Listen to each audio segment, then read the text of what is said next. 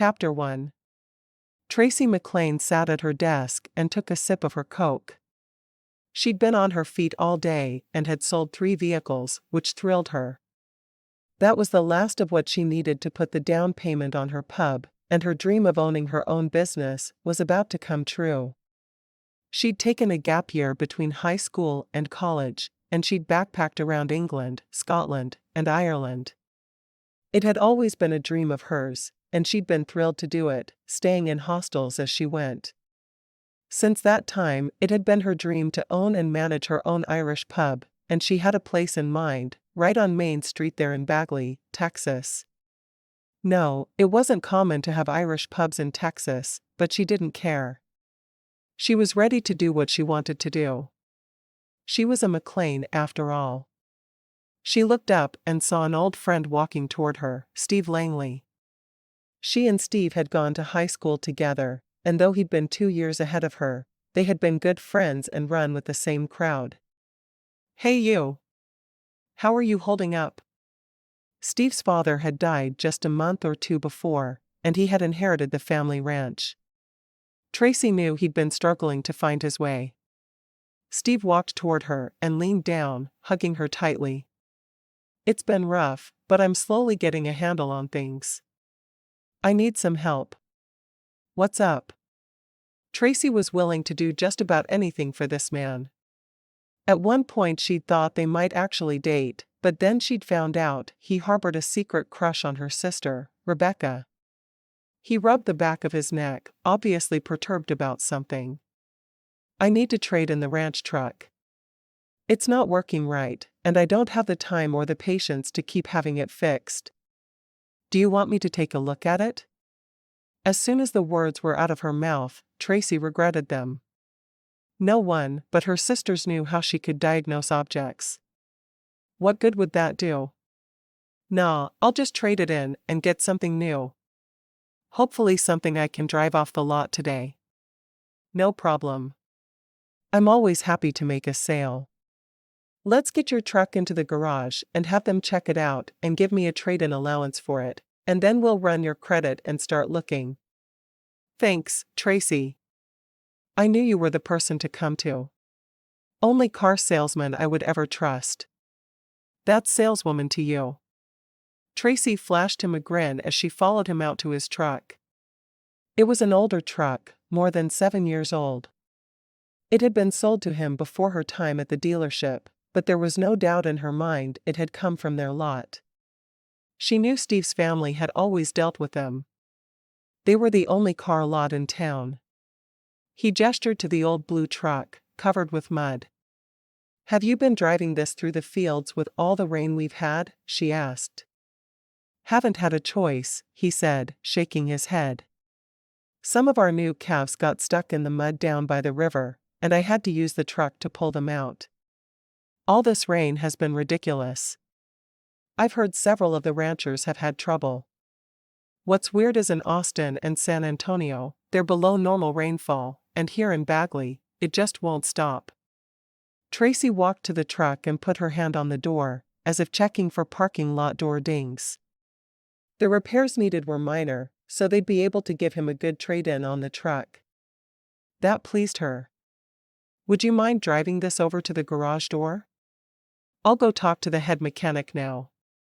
As he got into the car and drove it over to the spot she needed, she walked over and talked quickly to the mechanic, explaining what the problem sounded like to her.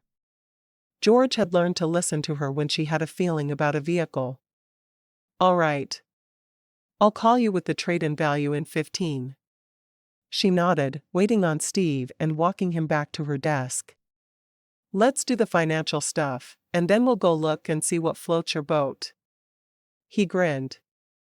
"I knew you'd make this process less painful. I think when we're done, I'm taking you out for supper.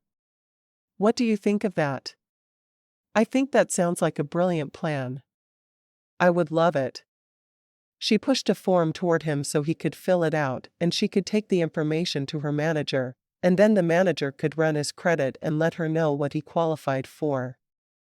Someday she was sure everyone in a car dealership would have a computer at their desk, but for now, that was out of reach. As soon as he finished with the form, she took it to her manager and said, "Run this quick. He wants to make a deal today." The manager looked at his watch. "Does he know we close in 2 hours? We can have it all done by then. We'll just hurry." Albert gave her a look that told her he thought she'd lost her mind, but she didn't care. She'd handle things as best she could and get them done quickly.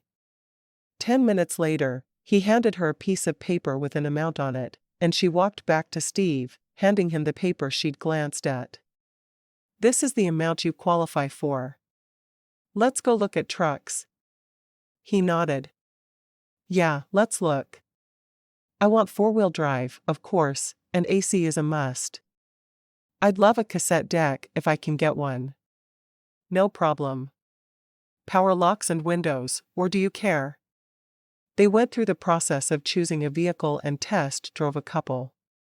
It was a fun process for Tracy, because they got to catch up on each other as they drove. 2 hours later, he drove off the lot with his new truck, promising to pick her up at 8, which gave her 2 hours to finish her paperwork on a record number of vehicles sold in one day and get home to change for dinner. She didn't want to go out in her work clothes. Jeans and cowgirl boots were the orders of the day. Albert walked over to her desk, shaking his head. "I've got to hand it to you. That's the best sales day anyone has ever had at this dealership." Tracy grinned. "All in a day's work, boss man. For you, maybe. I'm going to see that you get a bonus for all this." "I'd appreciate that. A bonus might pay for a shiny new computer instead of a cash register at the pub." She wanted to start out with the best. Once the paperwork was done, she walked the block to her apartment and quickly changed into her jeans. She put on a pink and purple plaid button-up shirt and her purple cowgirl boots. Looking in the mirror, she grinned. She loved the effect of all the pink. When Steve knocked on her door 20 minutes later, she rushed over and opened it. "I'm ready. Let me just grab my purse." And then they went to her favorite Mexican place in his brand new red truck she'd just sold him. "Nice truck." "It is, isn't it? Just what I needed." Stephen laughed, shifting as he drove. "I'm glad you were free to go out tonight. It's nice to celebrate a new vehicle." "Oh, we have more than that to celebrate." Somehow, she felt a little tingle in her belly as they drove along, and she couldn't help but be excited to be alone with him. Was there a chance he'd be more than the friend he'd always been? She'd cried on his shoulder when she'd broken up with her first serious boyfriend, and the history might be hard to get past. "What else is going on? I know you have sisters marrying." "Not that. So, you know how I backpacked in England and Ireland after high school? Yeah, everyone thought you were nuts. I wished I could go, but my dad was determined to teach me how to run the ranch." Steve shook his head. "I'm not sure I'll ever love ranching as much as he did, but I at least have a healthy respect for the work now." Tracy decided to hold off on giving him her news. "I'm sure you miss him." "Of course, I do. He was my father, but he was never an easy man to live with." He stopped the truck in the small parking lot of Comida, and they walked toward the front.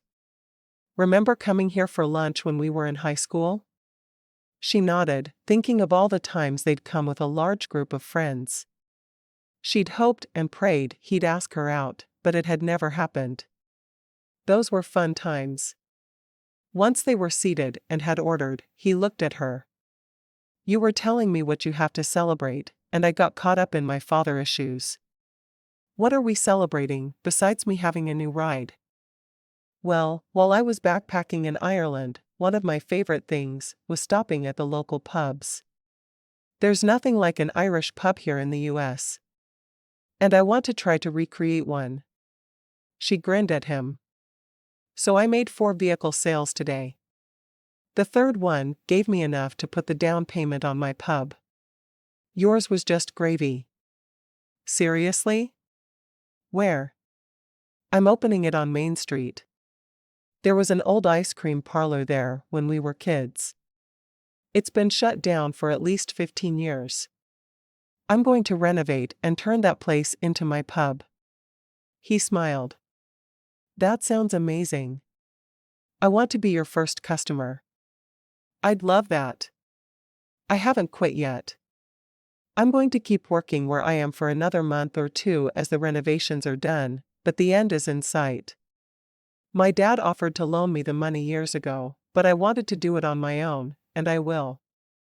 That really is cause for celebration. I should have taken you out dancing, not just to our old hangout. This is still my favorite restaurant. I'm thrilled to celebrate here. She leaned back and took a sip of her Coke. So tell me what's going on with you. I hear all the gossip, of course, but I don't know what's true and what's not. He shrugged. All I'd done since school is work my tail off trying to learn to be as good of a rancher as my father was. He always said I was falling short. So, not really a lot to tell. She reached out and covered his hand with hers before she could think better of it. Your father was a very hard man. Everyone knew it. Don't get discouraged by what he said to you. I'm sure he was a lot worse as he was getting sicker. His father had died of pancreatic cancer, and he'd refused treatment.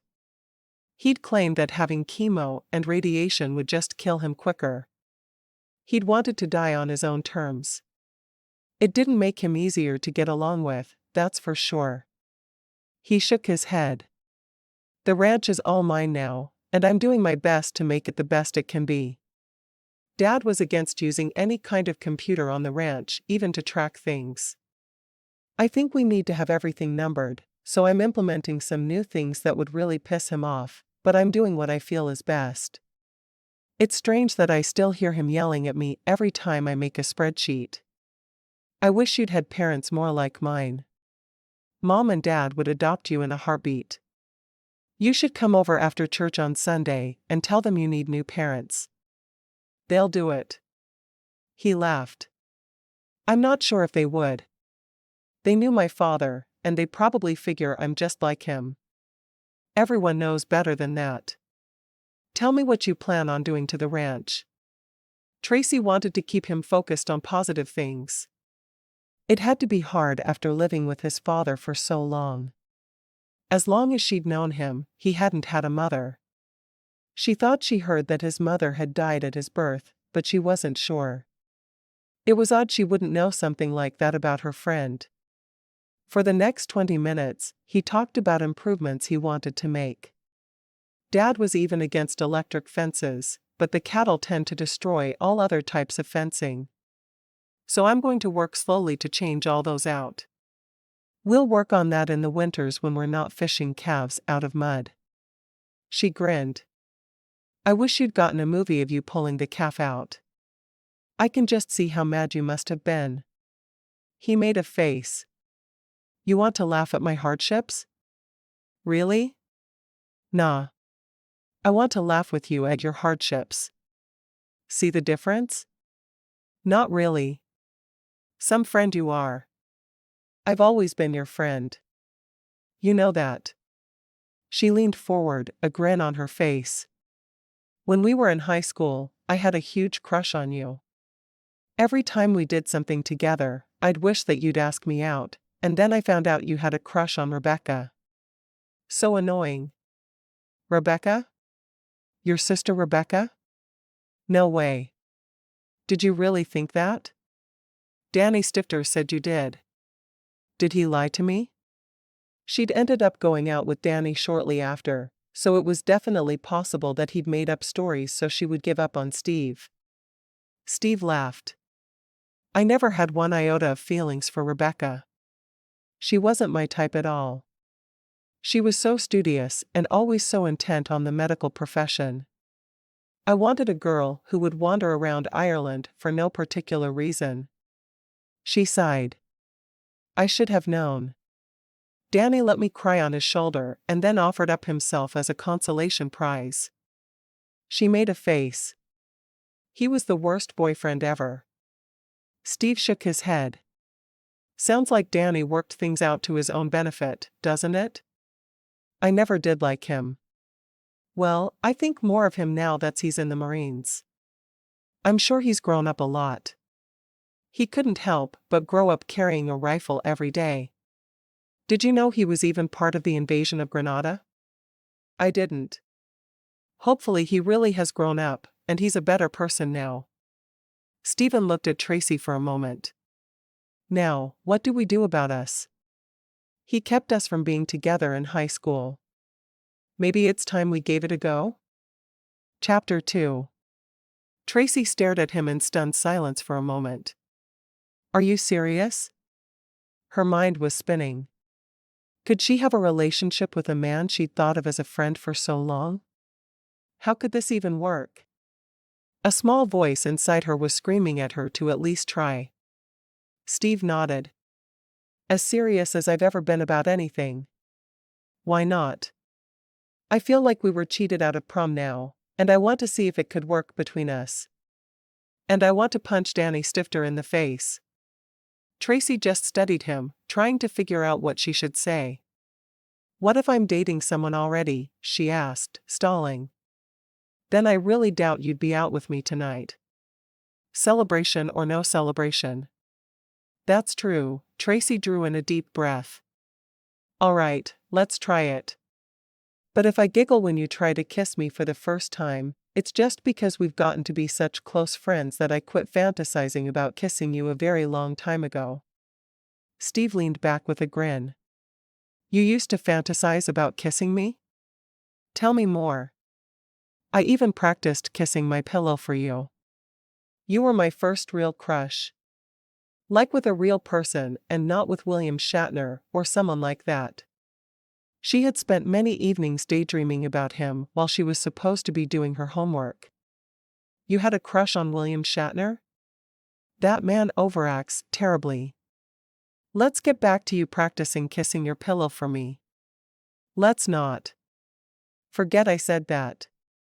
She grinned, truthfully happy they were already so comfortable with each other. It made it easy to talk to him. I'm not sure what to say to that. I want to hear about it. Were you using tongue on your pillow? Didn't you get fibers in your mouth? No tongue. Just lips and pillow. And I did still get some stray threads in my mouth, so I moved on to kissing my hand. And my mirror once, but one of my sisters saw lipstick on the mirror and matched it to the lipstick I wore that day, and I never thought I'd hear the end of it. He threw back his head and laughed. He hadn't laughed that much since high school when he'd spent a lot of time with Tracy. I've really missed you. She smiled. I've missed you, too. Shaking her head, she shrugged. You know, I felt like there was a hole in my life where something was missing. Seems like it was a Steve-sized hole. He grinned at that. A Steve-sized hole? Was it Steve-shaped, too? I'm not sure. I'll have to really think about the hole later and maybe examine it. Taking a sip of her Coke, she watched him over the rim. So, if we're going to date, what are we going to do? Walks in the park? Movies? Dancing? Dinners out? All of the above. And I need you to meet Ringo. Who is Ringo? She hadn't heard of anyone around town with that name, and it wasn't exactly common, so she'd have heard. My German Shepherd. You're going to love him. Just make sure you use a firm voice with him when you tell him to get down, because he loves to jump on anyone who comes in the door. Tracy laughed. I can't wait to meet Ringo. I hope you've worked on teaching him some manners. Oh, I've worked on it, but he's the most hard-headed dog. He likes to run around with the cows trying to herd them, but they don't exactly listen to him. I've thought about getting a few sheep, just to keep Ringo happy. Maybe you should. She glanced up as their food arrived, looking down at her plate of enchiladas. I had no idea I was so hungry. And now you know. I should have gotten queso, but I will next time. He winked at her. Assuming you'll come back to Comida with me. Trust me. I'd come to Comida with my worst enemy. Of course I'll come with you.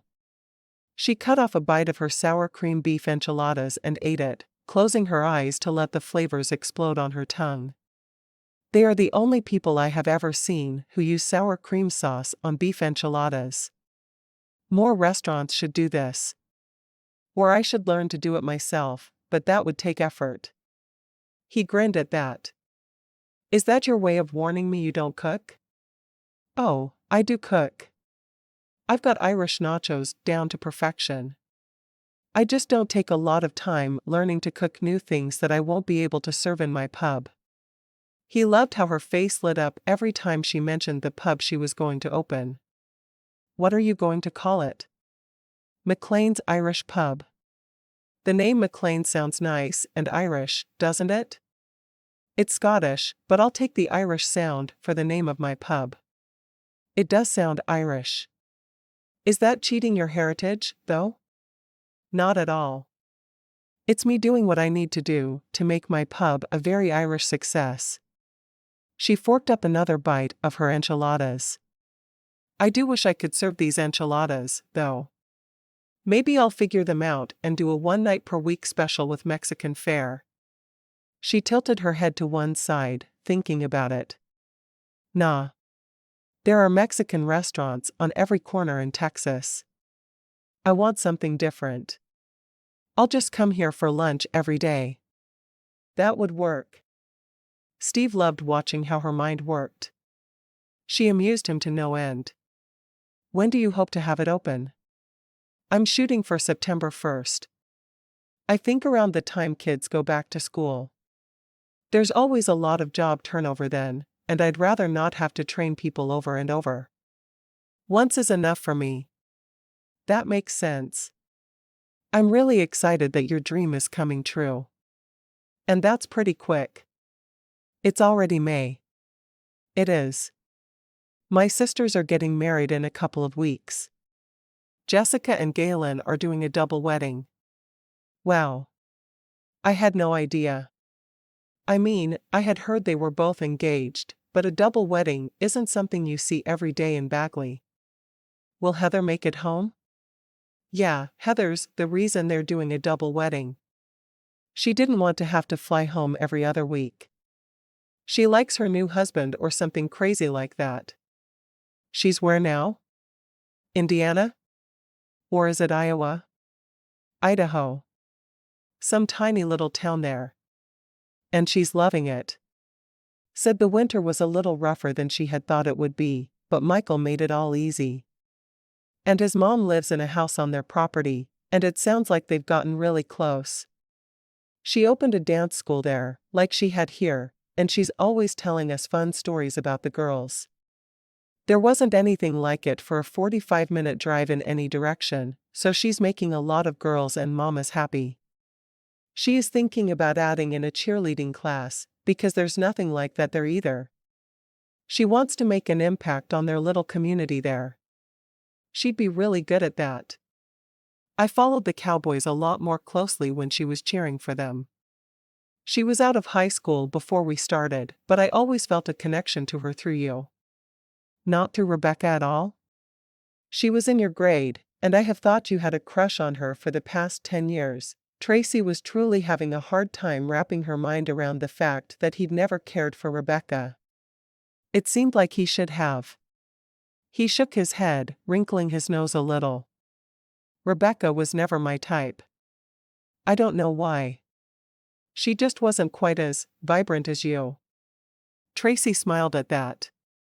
Well, I'm glad, because that would have made things more than a little awkward.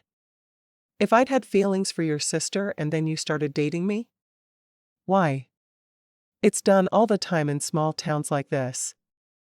I know it is, but it just feels strange if it's me. And one of my sisters.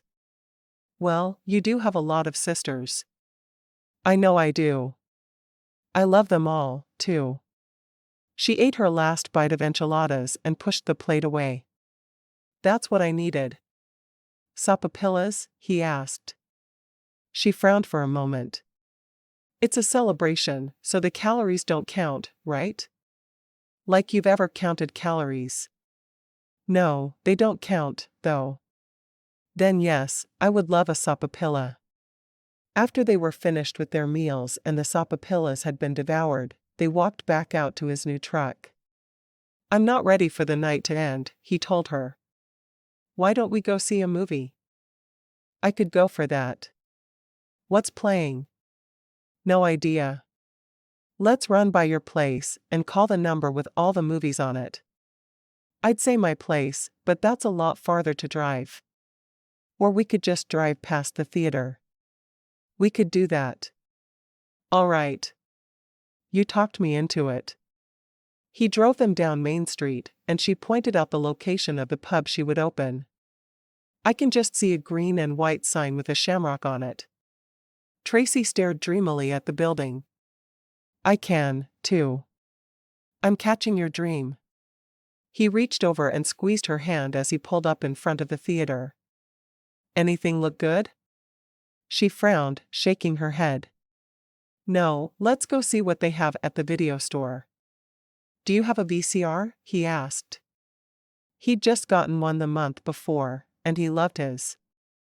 I do. My dad got it for me for Christmas. He said all 80s ladies should have VCRs. Sounds like your dad. He didn't know Bob McClain well, but he knew him by reputation. The man was positively addicted to gadgets. It really does.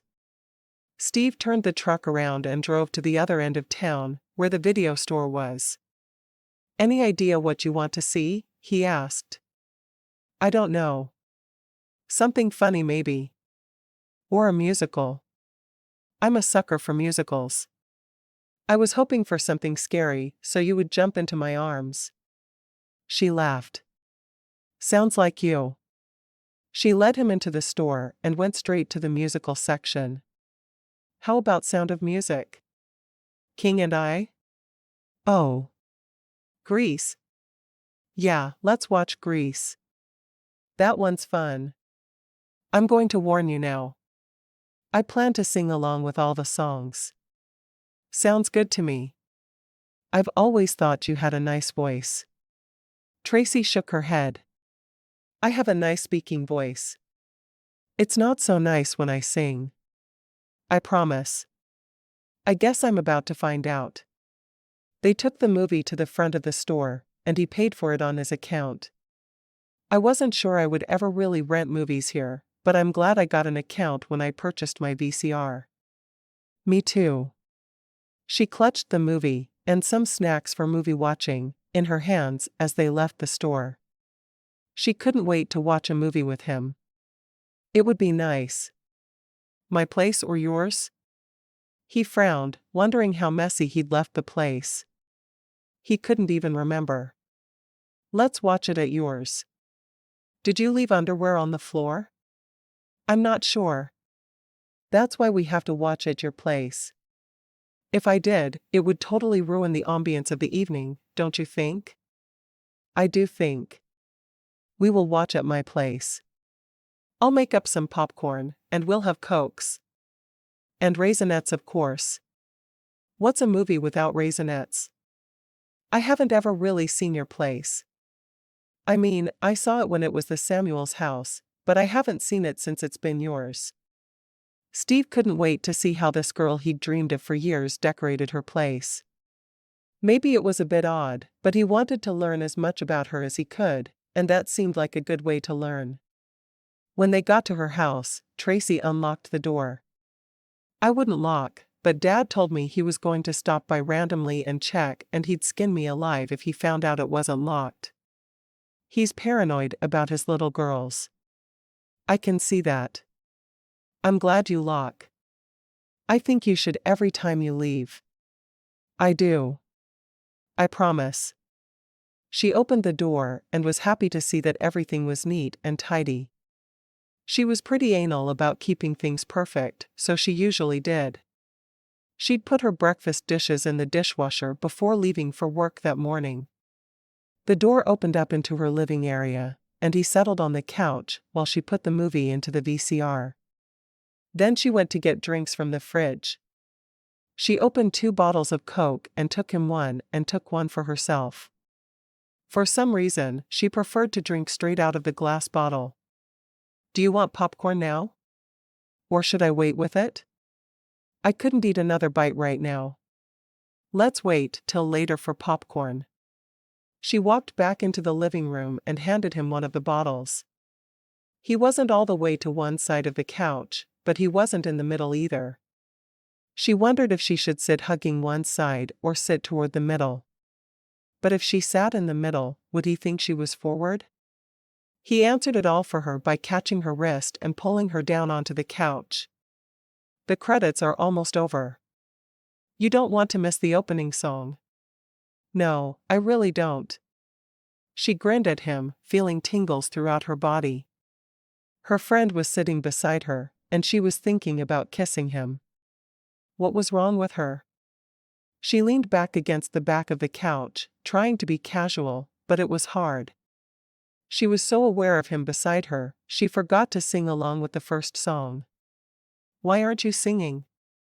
She shrugged, a little too embarrassed to explain her thought process. "I'm sorry. I was lost in thought. As long as you were thinking about me, I don't mind that one bit." When she blushed at that, he laughed softly. "I'm glad you're thinking about me. I'm thinking about you, too."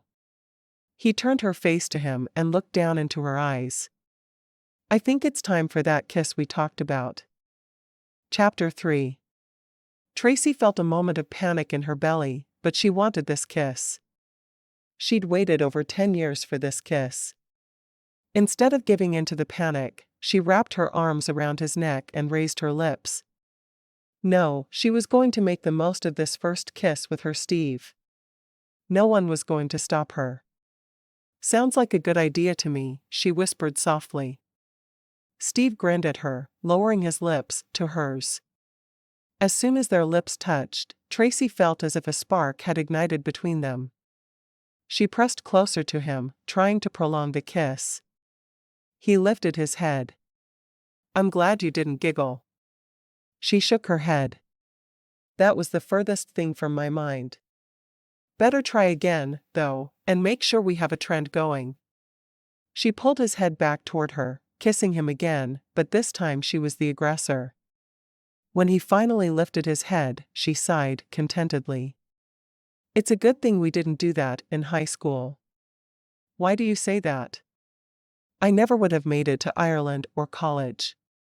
I would have stayed right here in town and been content to be a housewife. I don't think that's what I was meant to do." He pressed a kiss to her forehead. "Maybe we should go back to watching the movie." "Maybe we should." Tracy couldn't concentrate on the movie now, though. She could only think about how her life would have been different if that kiss had happened 10 years before. She wasn't sure if she should strangle Danny or thank him profusely. When the movie was over, she walked him to the door, kissing him goodnight. "I'll see you soon, I expect." "Like tomorrow at church?" She smiled. Like tomorrow at church. They'd run in the same circles for so long, she'd forgotten he went to the same church she did. The congregation was big enough that she didn't have time to talk to everyone every week. And like most people in large groups, she tended to talk to the same people every week. "You should come over for lunch after. My parents would love it." He frowned for a moment before nodding. "I can do that." "Why would that make you frown?" "Some of your sisters scare me." "Like?" "Marty. She's always been too outspoken for me. I'm afraid she'll ask me something that will embarrass me, and I won't know how to respond, and then I'll stand there looking like an idiot in front of my girl." Tracy stood on tiptoe and kissed him once more. "I like being called your girl. I'll see you in the morning." She stood in her doorway watching him leave. Once his taillights had completely disappeared from her sight, she closed the door and leaned back against it. Who would have thought that she would someday be dating Steve? Not her. Never her. Asterisk. Tracy took special pains with her appearance the next morning, wanting to look her absolute best, knowing Steve would be going to her parents' house with her after. He had a point about Marty. Her youngest sister was a mess, but Tracy wasn't even sure if she was home for the weekend. She didn't think so. Then it hit her. Of course Marty wouldn't be home. She was taking her finals this week and graduating next weekend. It was hard to believe her youngest sister would soon be a college graduate. Tracy decided to walk to church that day. Since she knew that Steve would need to drive, she could get a ride with him anywhere she wanted. When she got to church, she joined her family as she always did, and sure enough, Marty wasn't there. They were all going to her graduation ceremony on Saturday of the next weekend. She only wished she'd remembered to tell Steve that the night before. The people sitting with her family were rapidly dwindling. Now, all of her older sisters sat with their fiancés. It was only her, Candace, and Marty when Marty was around. It was strange that all of them weren't there, but she understood as well. They were all in a new season of life as sisters married and got engaged. Soon one of them was bound to have a baby, and she would become Aunt Tracy. How she looked forward to that day. She walked to her mother, Barbara, and greeted her with a hug and a kiss on the cheek. "Mom, I sold 4 cars yesterday, and you know what that means. You have the money to buy the property?" Her mother asked, her face as excited as Tracy felt inside. "Yes. I'm going to get in touch with Janice and make an offer." Janice was the real estate agent who had sold Tracy and her sisters their houses. She was a good friend of her mother's, so she knew her mom would know exactly who she meant. "That's wonderful. I can't wait for opening night. I'm going to sit there and order a shepherd's pie. Or maybe those Irish nachos I keep hearing about. What are they again?" "House-made potato chips, a queso made with beer, so you get a tiny bit of the taste, bacon chunks, chives, and sour cream. They are so good, Mom. I can't wait to share them with the world." "Well, I happen to love that shepherd's pie you developed. I've been dreaming about it again. Maybe you can help me be in charge of lunch next week, and we can make that. Are we all caravanning for the graduation on Saturday? It's hard to believe my youngest daughter is about to graduate from college. Where have the years gone?" Tracy felt a firm hand on her shoulder, and she turned, knowing already who it was by the electricity zinging its way through her body. She turned and smiled at Steve. "Hey, you. We're making plans for the graduation next week." "Graduation?" "Marty's graduating from college. She's not in town this week because she had to stay at school to study for finals." She did her best not to giggle aloud at the look of relief on his face about her youngest sister not being there. "You remember my mom. Good to see you, Mrs. McClain." Steve kept a casual arm around Tracy's shoulders. He knew he was being very blatant in his possession, but he wanted it known that Tracy was no longer up for grabs. She was his. He planned to sit with her as well, and in their tiny town, that was almost as good as an engagement ring. The good women of town would have them married off within the week. Barbara McClain looked back and forth between Steve and Tracy, a smile on her face. "I hope this means what I think it does. I've thought you two should be together for years." Steve grinned. "So have I." Tracy kept quiet, determined not to be embarrassed. It was hard because she felt every eye in the entire church on them. She watched as the pastor walked to the pulpit and moved to sit down. She expected Steve to go sit where he usually did toward the back of the church, but instead, he sat down beside her in her family's pew. She turned to him, whispering, "You know people will talk. Let them. I'm ready to make a declaration if that's what happens when I sit with you at church. And we both know it is." Tracy bit her lip, refusing to comment. She couldn't think of anything else throughout the service, though, and she prayed silently that no one would ask her what it was about, because the truth was, she had no clue. None. As soon as church was over, she got to her feet, looking at Steve. "Do you want to walk to Mom and Dad's with me? It's only a couple of blocks. I walked here today." He shrugged. "Let's take my truck, if you don't mind. I want to have the ability to make an easy escape." "You won't need it with Marty out of town. Of course, she'll be back for good next weekend. I want to know what she's going to do with a business administration degree in this town. Don't you?" "It does bear some thought." Tracy turned to her mother. "Mom, I invited Steve to Sunday lunch. I hope that's all right." "Of course it is. You know we're happy to have him." Tracy smiled, having gotten the answer she knew was coming. As they walked out of the back of the church, she stopped to talk to her sister Galen for a minute. "Are you and Zach coming to Sunday dinner?" The family had always used the term Sunday dinner for lunch after church. But sometimes they called it lunch. The words had become interchangeable in their world. Galen nodded. "Yeah. Only 2 more times as unmarried people." She grinned over at Zach, who had a silly in-love expression on his face. Zach was a policeman there in Bagley. "Am I right that Heather is flying in on Friday to go to Marty's graduation, and then staying until the Monday after the wedding?" "Yup. She's doing it all at once. Michael can't get away, so she doesn't want to be away from him any longer than necessary." "I can understand that." Tracy glanced at Steve, who was right there beside her. "You remember Steve?" "I remember when you kissed the mirror, pretending it was him," Galen said casually, watching as her sister's face lit up like Rudolph's nose. "I guess I shouldn't have said that in front of him." "I already knew," Steve said softly. Tracy confessed. He didn't add that she'd confessed to trying to kiss her hand as well, because he didn't know if her sisters knew about that. "Well?" Galen asked. "Who's the better kisser? Steve or your mirror?" "I think it's time for us to head to Mom's for lunch," Tracy said, taking Steve's hand and pulling him toward the entrance to the church. "Oh, and Galen?" "Yeah? I owe you big time." Galen laughed softly as she watched her sister leave the church. "Is your family always like that?"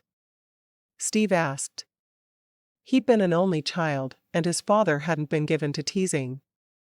It was an odd dynamic to him. "Yup.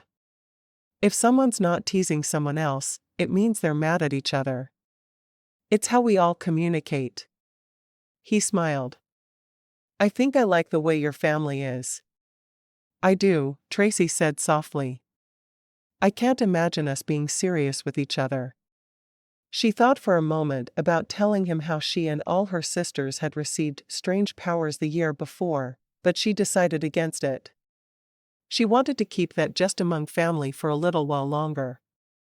Steve drove the short distance to her parents' house, knowing the way well. Bagley was just small enough that everyone knew how to get everywhere. It was nice, but it was tough as well. There were no secrets in a town so small. "Are you sure Marty's not going to be there? I remember picking you up for something when we were in high school, and she stood there telling me that I should make sure to carry a condom just in case you attacked me." Tracy blushed profusely. "She must have said that before I came to the door." "Yup. I was so embarrassed I almost left on the spot." She couldn't have been more than 12. "It seems like you only picked me up for one thing, and that was the school's production of West Side Story." So she would have been 13. I was 17, and she's 4 years younger than me. She's rotten. She's totally rotten. She's not here this weekend, but when she comes home next weekend, she's going to have a huge bag of laundry for Mom to do for her. I swear that girl is the worst of the worst. I love her, but she makes us all crazy." "You don't bring your laundry home to your mom?" "No, I have a washer-dryer in my garage, and I do all my laundry myself." "Shocking, isn't it?" "You know what's really shocking?" he asked. "No, what?" We've been together for more than an hour this morning, and you haven't kissed me yet. I need those kisses to keep me going. Oh, really? Tracy grinned at him, pressing a quick kiss to his lips. That's all you get until after lunch. If I go into the house right after kissing you, Dad will know immediately and get on to me. He's mean like that. Steve smiled. Would he get on to you for kissing me, or would he tease you for it? There's a big difference, you know. I know, and he'd tease me. Which is something I totally don't need today. I'm playing it cool, because it's only the second time we've gone out together. I have to seem like nothing flusters me. You do? Well, I'd like to. I doubt if it will work, though. He smiled, pressing his lips to her forehead. Okay, let's go be cool in front of your family as they torment us. Sounds fun, huh? Zach and Galen walked up to the house as they got out of Steve's truck. Wow, that took you guys as long as it took us to walk. Did you stop for a makeout session on the way? Galen asked, knowing it would embarrass Tracy. Nope. We drove straight here. Tracy refused to get her feathers ruffled by her sister, who was a pain in her butt. Actually, she loved Galen, but she was doing her best to annoy her, and Tracy had to remain unbothered.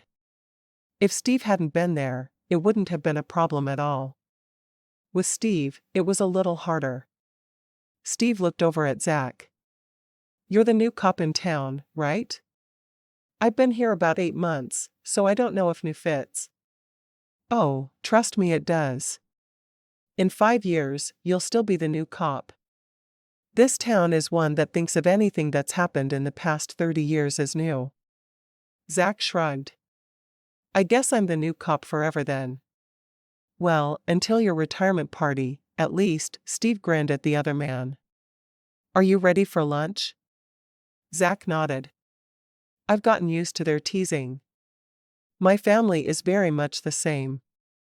I just don't like it when it's Galen's turn to make dessert, because then I'm stuck playing Atari for an hour while she's off with her mom. Don't worry, Tracy said. It's my turn this week. Zach grinned over at Steve. It looks like your initiation is going to be a good one. Steve asked no questions. He was afraid to. Chapter 4. When they got into the house, Galen actually stayed in the kitchen with her mother and Tracy, while Zach and Steve went to the living room. Candace was in there with them as well as Rebecca and her fiancé, Jeremy. Galen waited until the others were out of earshot before turning on Tracy. When did you and Steve start seeing each other? I had no idea.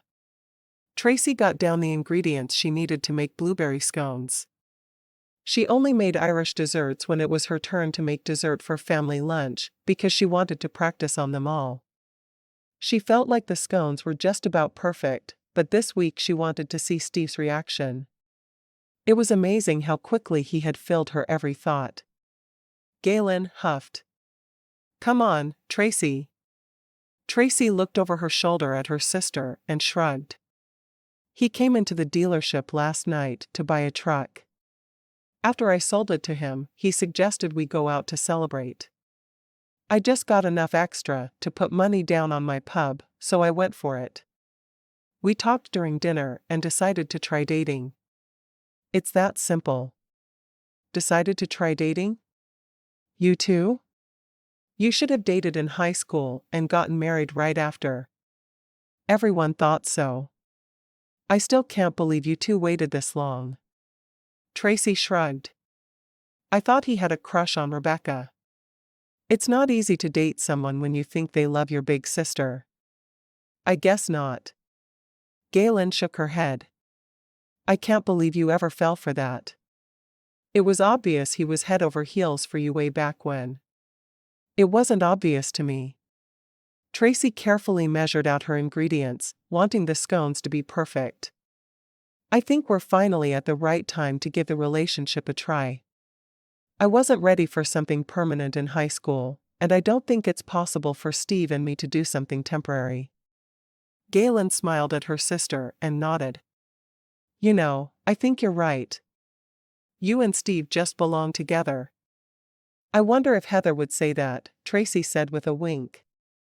Their mother looked back and forth between the two of them.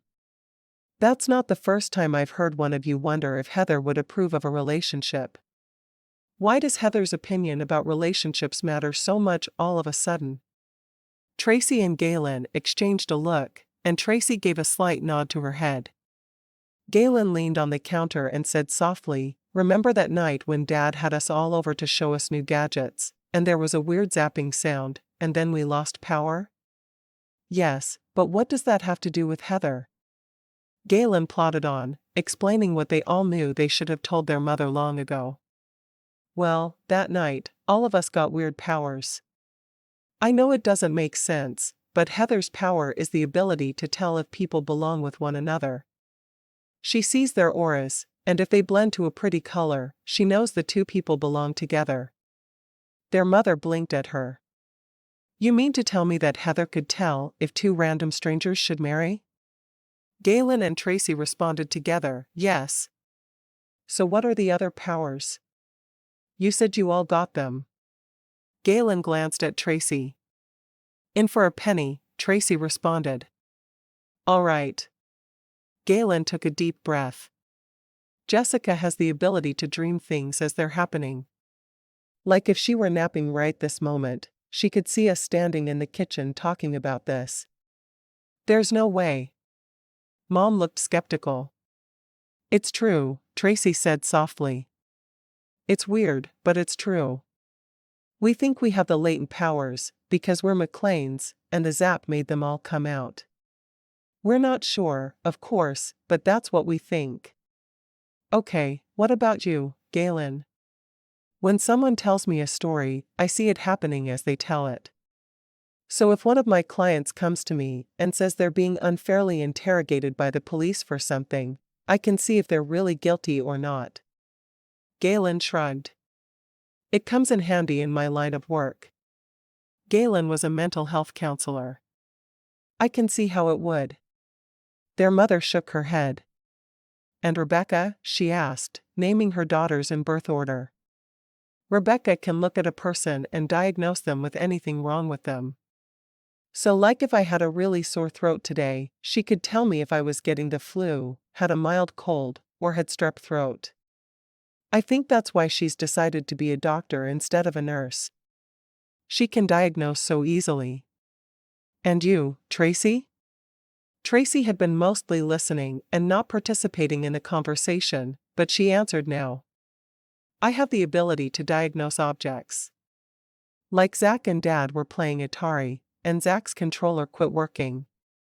As soon as I touched it, I knew there was a loose wire, so I fixed it. That's good for the dealership then, isn't it?" Their mom shook her head. "This is all crazy." "You're right. It is crazy," Galen said. "But it's true. What about Candace and Marty?" "Candace can predict weather.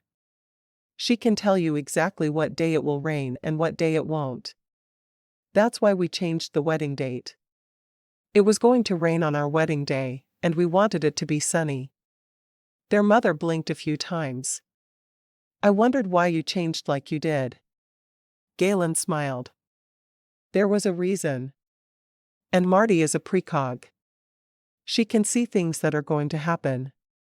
Just like Peter. Peter was their cousin who had married the month before." Barbara shook her head. "This is all so hard to take in." "Are you sure?" Both sisters nodded emphatically.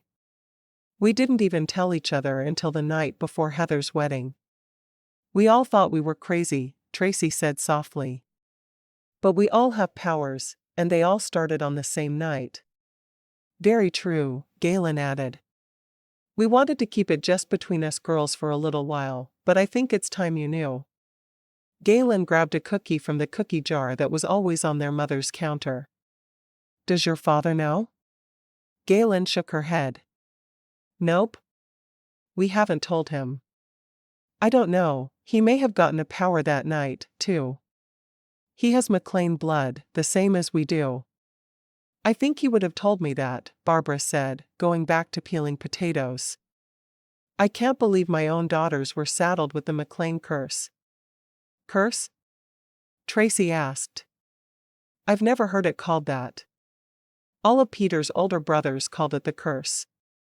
Only the youngest is usually saddled with powers, and they get all the responsibility. The McClain curse. Barbara dropped the last potato into the water and started it boiling. Unbelievable. Well, I don't think any of us feel cursed, Mom, Tracy said. I certainly don't. My power isn't a big one, but it's fun. I always know when it's something I can fix on my own or if I need to call a repairman. Usually I can see what needs to be done to fix it. I guess I should really be a repairwoman myself. I like the idea of you having a pub. You don't need to be hiring yourself out repairing things. Tracy laughed. I love the idea of the pub too much to switch directions now. Good girl. Their mother seemed a little off as she continued preparations for the meal. Are you going to tell the others that I know? Yup. We always planned to tell you. We just weren't sure when. Now we know it's time, Tracy said. She put the scones in the oven and went to sit at the table. Galen, make yourself useful and set the table, their mother said, switching back into all business mode.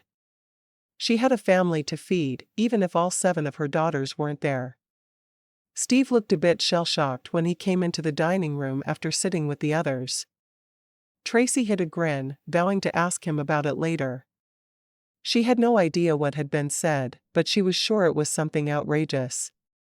The people involved were all McClains, after all. When they left her parents' house a couple of hours later, Tracy looked at Steve. What happened? What didn't happen? Steve shook his head.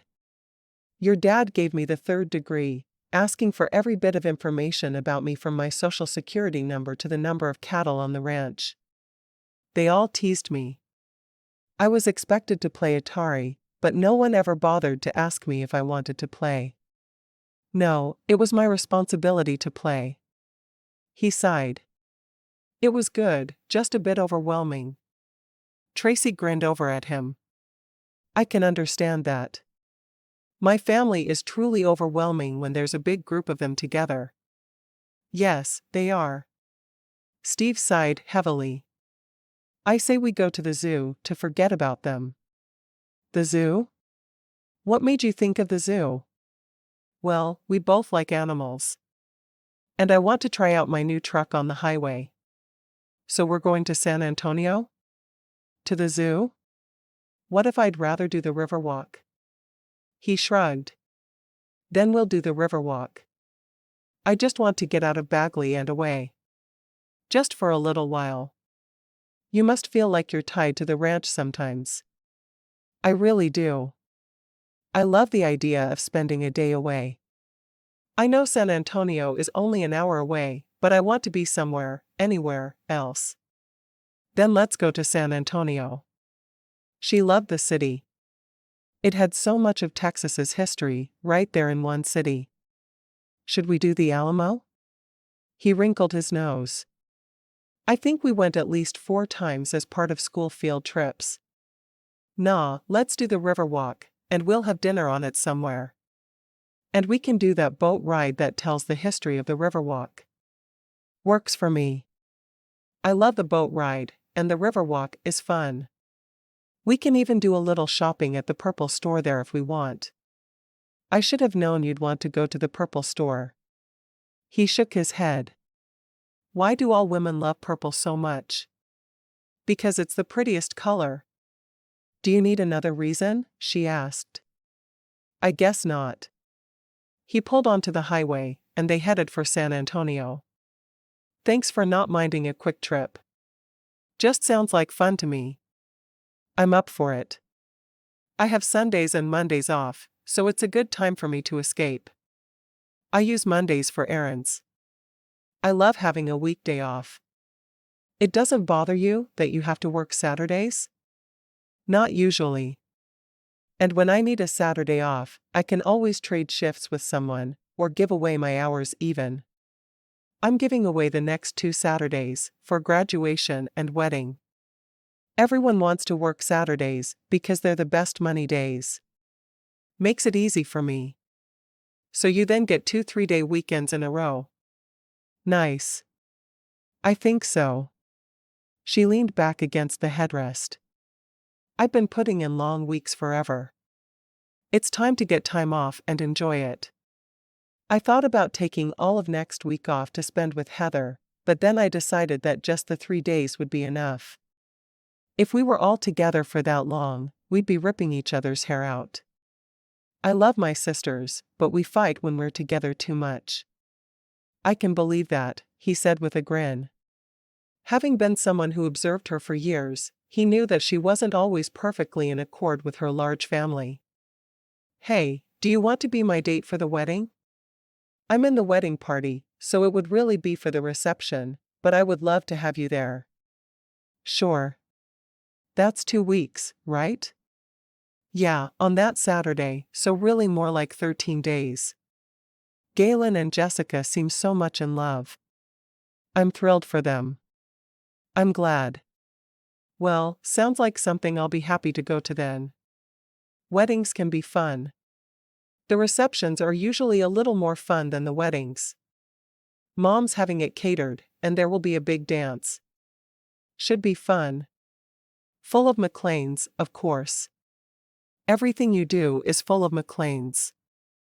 Your family is huge. This is true. Every 10th person in Bagley is related to us in some way. It's a good thing some move away, or it would be even worse. Yeah, in high school, everyone was kind of afraid of dating you and your sisters. The McClain Mafia is a scary thing. Tracy laughed. McClain Mafia? I haven't heard that one before. Yes, we really did call it that. With all of your uncles and all of your male cousins, it was kind of scary to date any of you. I wouldn't have let it stop me, though. I was trying to get up the nerve to ask you out when I heard that you and Danny were dating. I swear that I'm going to kick Danny in the shins the next time I see him. I think I'll hold him for you. Steve pulled off the highway and turned toward the Riverwalk. We're going to have a really hard time finding parking on a Sunday afternoon, but I'm game. I can walk. It won't kill me. She grinned over at him, excited about doing something different. I probably won't have a lot of time for fun events after the wedding, because I'm going to put everything I've got into getting the pub ready to open. Are you going to cook? He asked. It hadn't occurred to him that she might want to, but all of a sudden, it made sense. I'll be the general manager. I can jump in to cook when there's a need, or I can work the bar. Whatever I need to do is what I'll do. All the recipes will be ones I developed myself. I didn't know you were working on your own recipes. I figured you'd found some somewhere. Well, I did, but then I worked to tweak them. I combined 2 here and there, and I changed whatever I thought needed to be changed. The scones today were adapted by me from 2 different scone recipes. I feel like mine are just a bit better. Not quite as sweet, and the fruit flavor isn't overpowered. They were good. I don't think I'd ever had a scone, but I liked yours. Chapter 5. The first thing Steve did when they got to the Riverwalk was purchase tickets for the boat ride. They had to wait for a few minutes for the next boat, but they didn't mind. It gave Tracy time to look around her. She hadn't been on the Riverwalk since high school, and she was excited to be there. I've always loved coming here. Steve looked around. I only came once as a high school trip.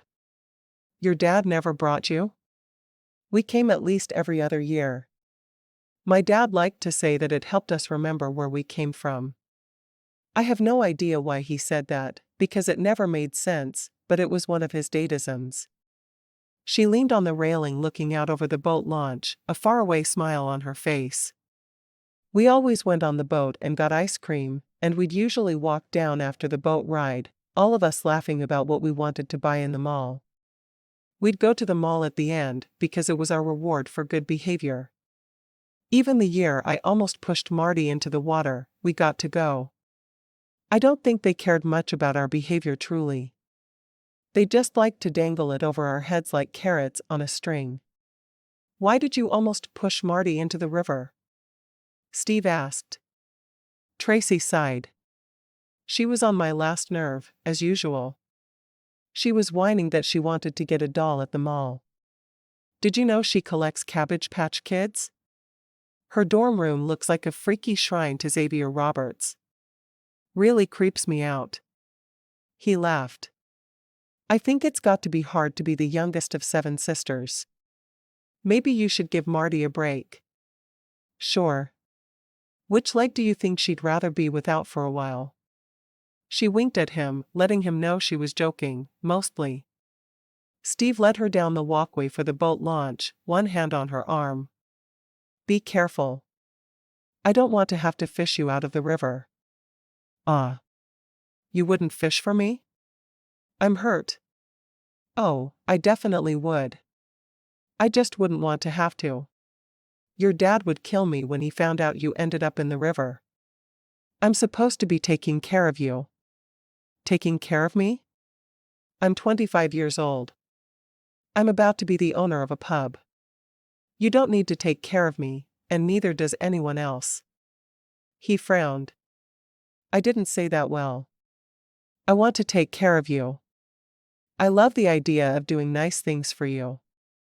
Does that make sense? It does. Just don't think you have to take care of me, because I can take care of myself. Oh, I know you can. You're one of the most capable women I've ever known. He stepped into the boat, taking her hand and sitting with her. Do you like cats? She frowned at the sudden change of subject. Cats? Sure, I guess I do. Our barn cat just had kittens. 6 of them. You should come see them sometime soon, and meet Ringo, of course. She smiled. I'd really like that. Whether I like cats or not, I love newborn kittens. They're so snuggly. Then you have to come see them. Maybe tomorrow evening. You're off work tomorrow, right? She nodded slowly. I am. Why don't I come over and cook you supper? You need to try my Irish fare and let me know if it's good enough for general consumption. You know it is, or you wouldn't offer. But I would love to have you cook for me. I'll pick up a movie as well. Maybe a comedy this time. I know you love comedies. I do. Sounds good. Or I can bring one with me if that's easier. Nah, I'll find the movie. I'm sure you have errands to run on your day off.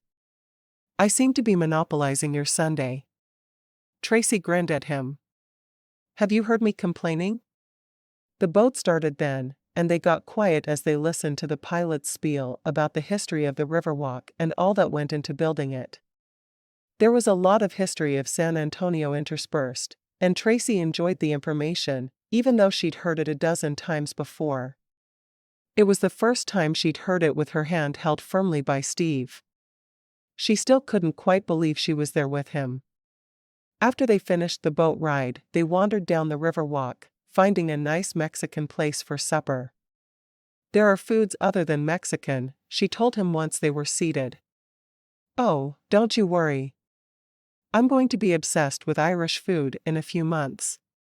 She grinned at him, loving that he was already supporting her dreams. I hope you're as obsessed with the whole concept as I am. I think we'll both enjoy it. After supper, they wandered a little farther down the Riverwalk before turning around and going back the other way. Any idea what time the mall closes? He asked. Nope. But if it's closed, it's not the end of the world. I can buy something purple another time.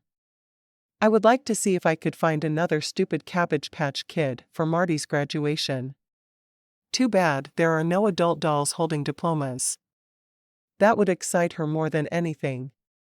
Does she have a job yet? He asked. Nah. That's not how Marty rolls. She'll stay with Mom and Dad and be a wastrel for a little while before she finds something. She's not responsible enough to just start looking for a job. That's what grown-ups do. He shook his head. You and your sisters sure are mean to Marty. Oh, I love Marty. Don't get me wrong. She just really is the spoiled youngest sister. Sometimes it gets really frustrating watching how Mom and Dad are with her as opposed to how they've always been with us. I've heard that happens with the youngest sometimes.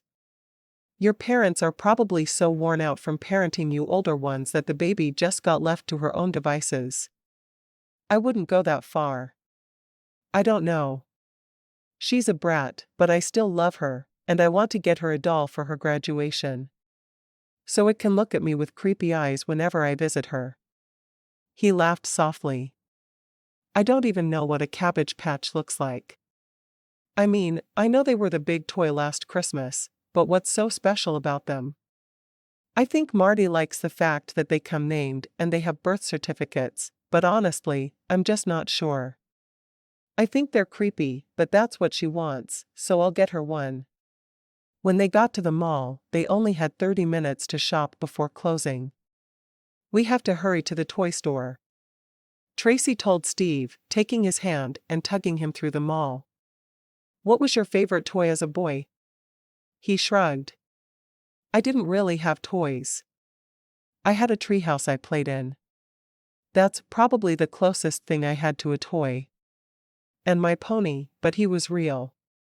Tracy frowned, realizing that his upbringing had been even worse than she'd imagined. What was your pony's name? Mr. Ed. I wasn't exactly creative. She laughed, hurrying into the toy store. When faced with all of the Cabbage Patch Kids with their huge eyes staring her down, she almost ran. They really were creepy. Instead, she found a doll with a horse. This one. She'll love it.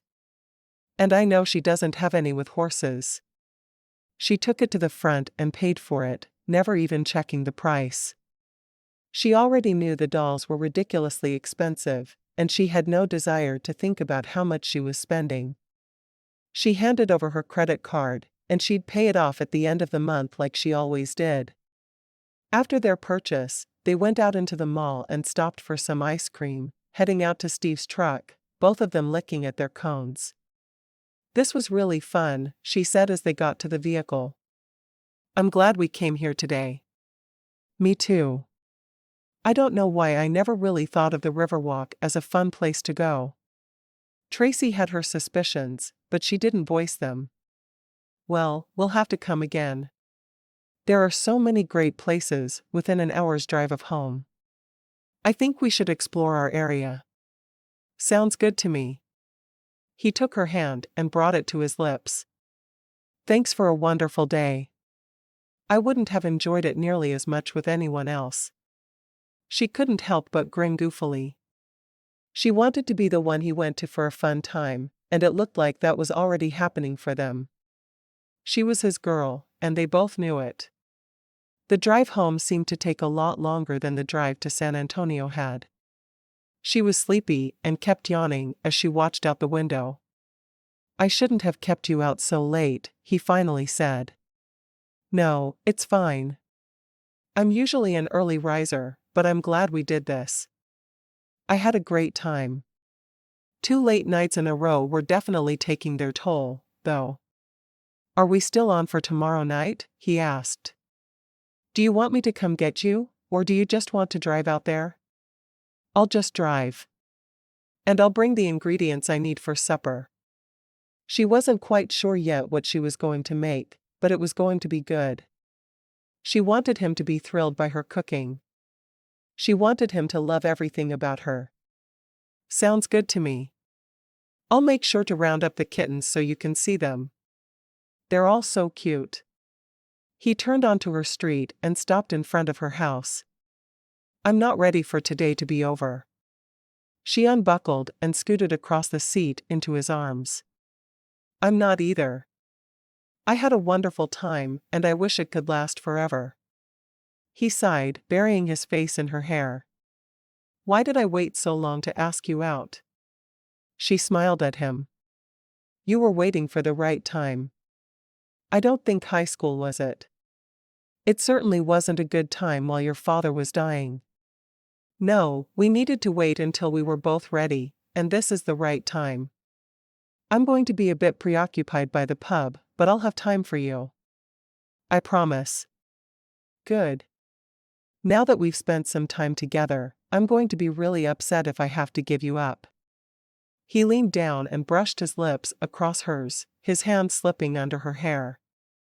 He was surprised at how quickly she'd come to mean the entire world to him, but she had. He didn't know if it was leftover feelings from high school or new feelings, but either way, he needed her in his life, and that was that. With one last kiss, Tracy hit a yawn. I have to go to bed, or I'm going to end up sleeping out here in your truck with my head on your shoulder. Imagine my dad's reaction if the neighbors told him about that. And you know they would. Gossip is what this town is best at. And all other small towns from what I've heard. That's true. She scooted back across the bench seat and opened her door. Good night, Steve. I'll see you tomorrow evening. 5? Sounds good to me. Dream of me. As she got out of the truck and walked up her sidewalk, she realized she would dream of him. He was already filling every minute of her thoughts.